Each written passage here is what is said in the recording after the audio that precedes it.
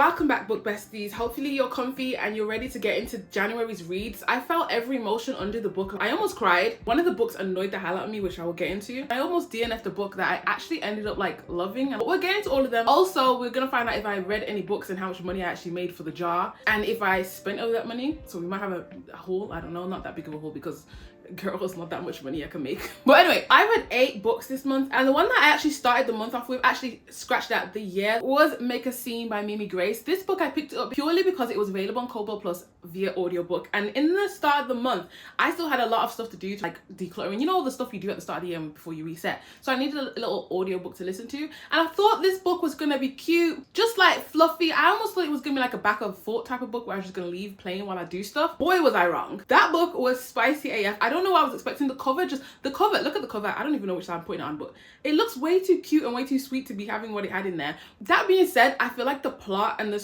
characters were really, I enjoyed them. They weren't fully fleshed out, to be honest. There was a lot of like backstory that they could have went into, but I'm happy that I'm not mad that they didn't, because that's not what I picked the book up for. I was picking it up for literally for like a mindless read while I get stuff done. But I enjoyed the plot. So let me just get into the juice of the story. We follow, I don't remember the characters' names. It was the start of the month, so bear with me. I'm gonna get the names for you. We got the names. It's Retta and Duncan. So basically, Retta runs a bakery. She has her own little business. However, she has to attend her cousin's wedding, and the twist is the cousin is getting married to her ex-boyfriend. So yes, it's messy. All the family knows that they used to date, and they're all like feeling very sorry for her. They're all like, oh, you're gonna be okay. She's like, nah, I can't come to this wedding by myself and have all my family members acting like a fool and trying to check if I'm okay. Like, I need a date to this wedding. So she basically goes on a little manhunt trying to find a guy that she can fake date or take to the wedding, basically. And she actually ends up meeting her business neighbor who's recently just opened a gym across the road. And they have a little issues with their little parking situation, and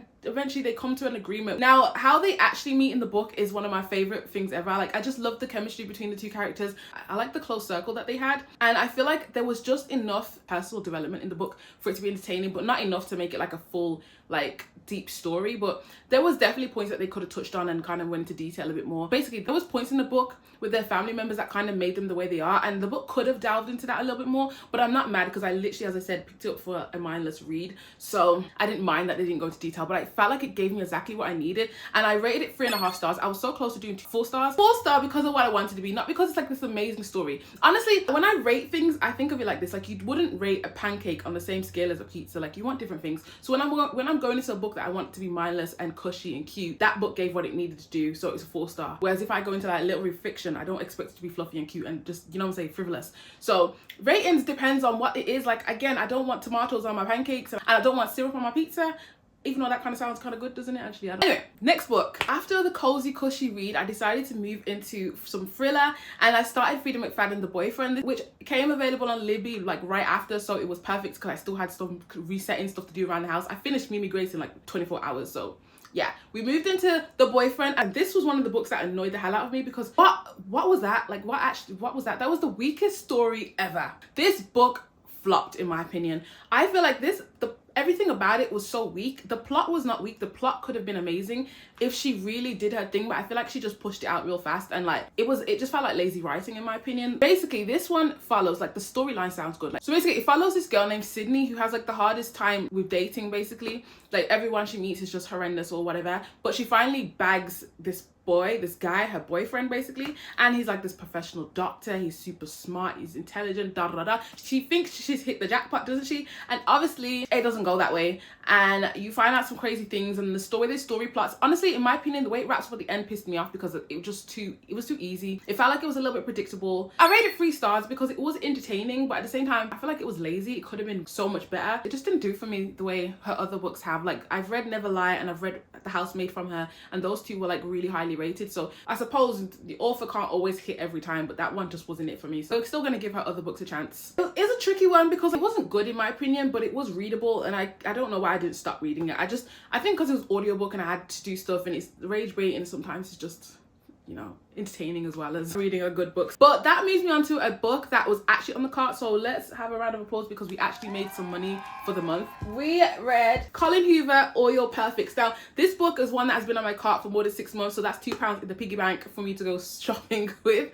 If you don't understand that, I'll link the video that explains it. This book, genuinely, it felt like I lived like 100 years with these characters, and look how short the book is. Like, it just kept going and it was devastating consistently, and I don't know what's wrong with Colin Hoover. Why can't she just write like a happy romance? Like, I don't think I would go for her for happy romance. I don't know why I'm asking for that. I have other places to go, but like, oh, it was horrific. This was the one that made me almost cry. I also was like really annoyed at the characters consistently. I also was bored but locked in at the same time. Like I always say, Colin Hoover's books teach you exactly how not to act in relationships. Like, this is not how you do it. I don't know if I need to say this, but it's possibly a trigger warning for some people. I won't tell you what it is, but check your trigger warnings if you're worried it might be something that will affect you. The miscommunication in this book was what pissed me off the most. She annoyed me too because the way she kept talking about herself for something that's not even her fault was pissing me off, but at the same time, probably really realistic. Like, I want to be annoyed at the way they handled everything, but at the same time, I've never been in that situation. That's probably how somebody is really dealing with it right now. So if you are, please do not do this. But it was nice. I really enjoyed what's the guy's name? Is his name like Graham? I really liked him as a male. Like, I love my males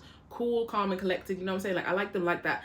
Obviously I don't like them nonchalant, but I like them calm and collected, and that's how he was in this book, so I've given him high ratings for that. However, the book itself was 3 stars because it pissed me off. It kept going in circles. I can't tell if Colin Hoover's books are like really good in the sense of like they educate you, or more in the sense that they just want to make you cry. So I don't know, maybe this is helpful for somebody, but yeah, 3 stars and £2 in the jar, so woo to that. Let's keep up the same energy with all the coins in the jar because we read Stolen Heir. I don't know if that sentence made any sense, but it is what it is. This is another one that's been on the cart for more than 6 months. Another £2 in the bank. Love that for me. Stolen Heir was a really nice surprise. I seen this on my cart and I kept thinking, why did I buy the whole series? I don't feel like it's something that I want to read anymore. Well, yes, I remember exactly why I love these books. For dark romance, they do exactly what they want. I forgot how much I love a mafia romance. I love the toxicity in the book. You know, it's exactly what you expect.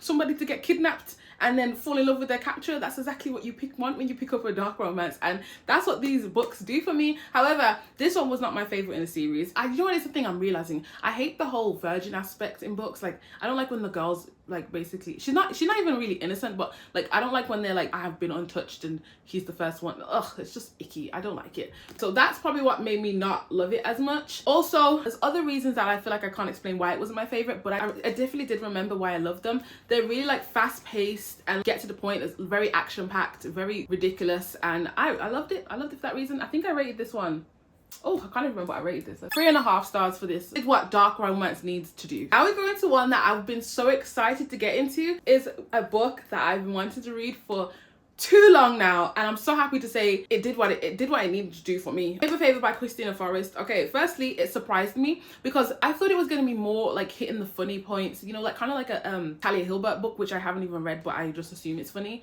But it wasn't given that. It actually was described right here: warm, witty and deeply romantic. This is going to be one of my comfort reads, I can tell you that for sure.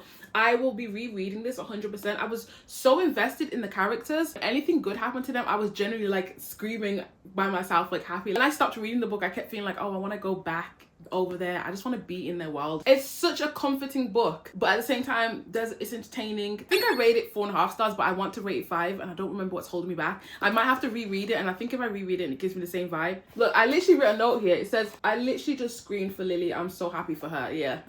I was invested in these characters, and I loved the whole book and the story. I will definitely be reading this. Not to mention the flop on this book. Just the flop on this book with a cup of tea. It's just vibes. Like, I could comfort read this again for many reasons. So definitely a 5-star read for me. I was worried when I was reading it that it was going to be boring, but it picked up eventually, and yeah, fell in love with the characters in this book. I will definitely be getting the next few books in the series, so add that to the growing wish list. And then we move on to the one book. When I tell you, that book was created for rage bait. It was created to build the blood pressure inside. It was The Last Man on Earth. Oh my god, I've never hated a male character more. Every time that man opened his mouth, I just wanted to, oh, I couldn't stand him. He was horrific. The way he talked about women, this whole mindset, ick. It was disgusting. Anyway, I have a reading vlog coming out with that, so I don't want to repeat what I already said in there, but I hated him so much. And honestly, I don't understand how he managed to change so much, because let me explain the story. So the book follows a air hostess and a rapper, this big boy rapper. They're in a plane, the plane crashes, and they're surrounded, what's the word called when you're like left somewhere? not surrendered, not surrounded. What the hell is the word? Oh, I can't remember the word. Stranded is the word. So basically, they're left stranded on this island by themselves and they have to like survive out there. It's basically a survival romance. So you follow that story. Obviously, I hate the guy, but he does have like a little come around. And honestly, I want to be like, how the hell did that even happen? But I suppose if you're stranded on an island, maybe you could change your whole personality. I don't know. I couldn't stop reading it, and I couldn't stop reading it purely because the plot was too juicy. Like, I've never read a survival romance before and I had to see how it was going to play out. So I like the female, but then eventually she kind of got stupid in my opinion, and then but at the same time she's stranded, so I can't even speak because who knows what your psychology is doing when you're stranded on an island. So it was hard to judge. I feel like she wanted us to hate him so that his character growth would be good, but I hated him too much. I was like, there's no way to come back from this now. And like, even when he turned around eventually, I was still kind of like, I don't know. That felt like a big switch. But at the same time, if you're stranded, maybe you would change that much. I don't know, man. I don't know. Go read it if you want to. It's very interesting. You will be rage baited at the beginning, so just take deep breaths. Don't fall for it. It's a trap, okay? On to the next. So we're on the last two books. One that I'm really excited to tell you about, but I'll save it. First, I'll tell you about my next very neutral read, which was Fake It Till You Bake It. I don't have much to say about this. Let me even look at my notes real quick because I always update my reading journal with my thoughts right after reading. So I'm just have to read what my thoughts were because it was so neutral. Okay, so girlies, I learned my lesson to review the footage back and I realized I didn't explain Fake It Till You Bake It properly. And first, excuse my hair, I threw it in a bubble, and also excuse my color on this hoodie. It looks disgusting. But anyway, basically, Fake It Till You Bake It follows a very, very wealthy girl, but she's living off of her parents' money and she has to prove that, you know, she's deserving of it by getting a job. So she gets a job at this bakery and that's where you meet the guy. He actually owns a bakery. He's also like a football player, an American football player, but he has his own little bakery and she's working there. As soon as they meet, they have instant connection. They're like connected to each other immediately. She's got a little bit of like a cheekiness to her. She has just come off a reality TV show and everybody hates her basically. So she needs a fake boyfriend for reasons which is explained in the book, which I won't get into. And yeah, you basically follow their relationship. I actually feel like the book was well written. I feel like the storyline was good.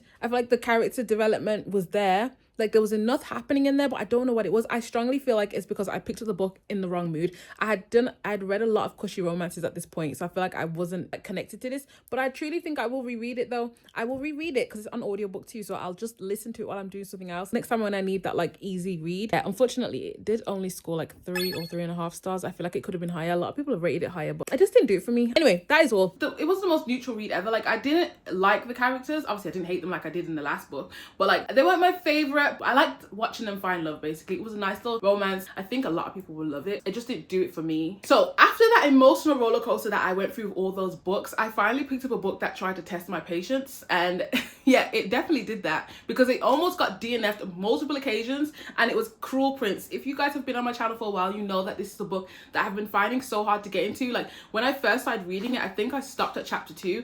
Girl, chapter 1, this is chapter 2.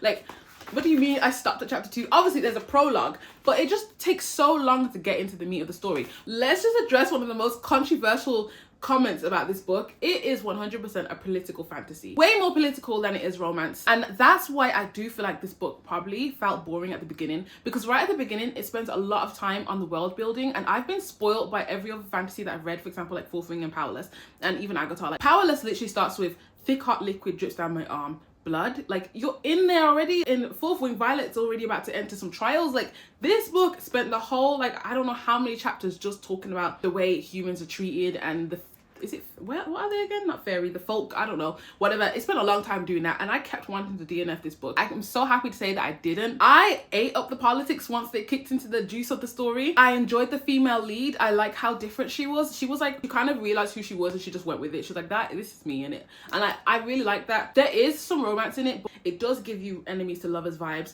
However, it's so small, so at the back of the book, that is, don't pick it up for that. Pick it up for the politicalness of the book. The politicalness. Anyway, that's why I feel like the beginning of the book was so boring, because I feel like the beginning of the book was so slow because they had to build the world and make you understand it for you to understand any politics in there. Like you wouldn't have understood it. Well, yeah, I think you could have, but you know, I think it was important to have that at the start. So I also really appreciate this book. I feel like it's building my tolerance for all the fantasy books that I've been wanting to get into, because I can imagine all the ones I said I wanted to read would be like this, where there'll be a lot of world building up front before you get into the juice. And yeah, I'm happy that I soldiered through this and now come at the other end with a new perspective on how fantasies can be written and how they actually do pick up and they get juicy. And now a lot of people might say, if it starts like that, I'm not wasting my time trying to get into a book if it's not, you know, good at the start. But I enjoyed it. I rated it 4 stars. I did try start reading Wicked King and I also got bored, so we'll see how it goes. I just feel like I want to know what happens in this book and I don't really want to read it, so I might just watch a couple of spoiler videos and maybe might just unhaul it. I don't know. I did enjoy it though. I mean, it's 4 stars. Does it make sense to me? I might have to drop it down. I don't know. I don't know. Yeah, take all the information and do as you will with that. It's a great book, but it's a slow book and it depends on what you like. If you like romantasy, probably not for you. If you like the idea of political fantasy and you don't mind the big world building, I want to say big world building like this, it's only this thick, so it's not that big. You know, if you're used to powerless, then, you know, give it a try and see how you feel. That's all the books that I actually read this month. But before I wrap up, I'm going to go into the books that I actually purchased with the coins that I had in my jar. I didn't get that many because, you know, there's not that much money in the jar yet. So the first one was Where Sleeping Girls Lie. I got this for £1 in the works. I bought this right at the start of the month before I realized how long it's gonna take for me to build the money in the jar. It's not even a book that I was desperate to read. Also, it's supposed to be thriller. I don't think I could read a thriller this big. I couldn't resist the price. Not to mention, it's the same author of Ace of Spades, and once I clocked that, I was like, okay, I have to purchase it, and it's £1. But at the same time, I don't think it's a book that I'm excited to read because I can't really do thriller, and look how thick this thriller is. Someone says Flawless Mystery. Oh, it's a mystery. It might, yeah, to be honest, I might give it a go. But that's the first one I bought. I bought it at the start of the month. I've learned since purchasing this that we're not wasting the coins. We must buy books that we really want. But then I also bought a book that I already read, and it was Anxious People. Unfortunately, I spilt my matcha on it like literally the same day, so I was very annoyed at myself. But I'm not taking this out the coins jar purely because it's a book that I've already read. I feel like if I buy a book that has to go on the cart, then it has to be purchased with the coins in the car. But if I buy a book that I already read, especially a book that I read from the library, I'm gonna let myself off. So we have this to add to my red shelves. That's my red shelf, by the way. That's all the books that I read that I own, and I put it over there. Is that all of them? Yeah. It's looking a little sparse. I gotta go back and purchase all the books that I rated 5 star that I read from like the library and stuff. But yeah, that was one of them, and now we have it for the shelf. That's everything I read this January. Honestly, I feel like it's just reminded me why I love reading so much. Like, it's not always to find a 5-star read. Sometimes it's just to feel all the emotions that the books put you through and to be able to discuss it with you guys. Like, I just enjoy it so much. So let me know in the comment section if you read any of these books and which one you think I should pick up next. I'm really curious to see what I get next month with the TBR jar, and like whether it's gonna be a mix like it was this month or whether I'm gonna, you know, lean more to romance considering it's February. I don't know. But if you're looking forward to that, then go ahead and watch that. Don't forget to like, comment, and subscribe if you got to this point. I'll see you in the next one. Bye.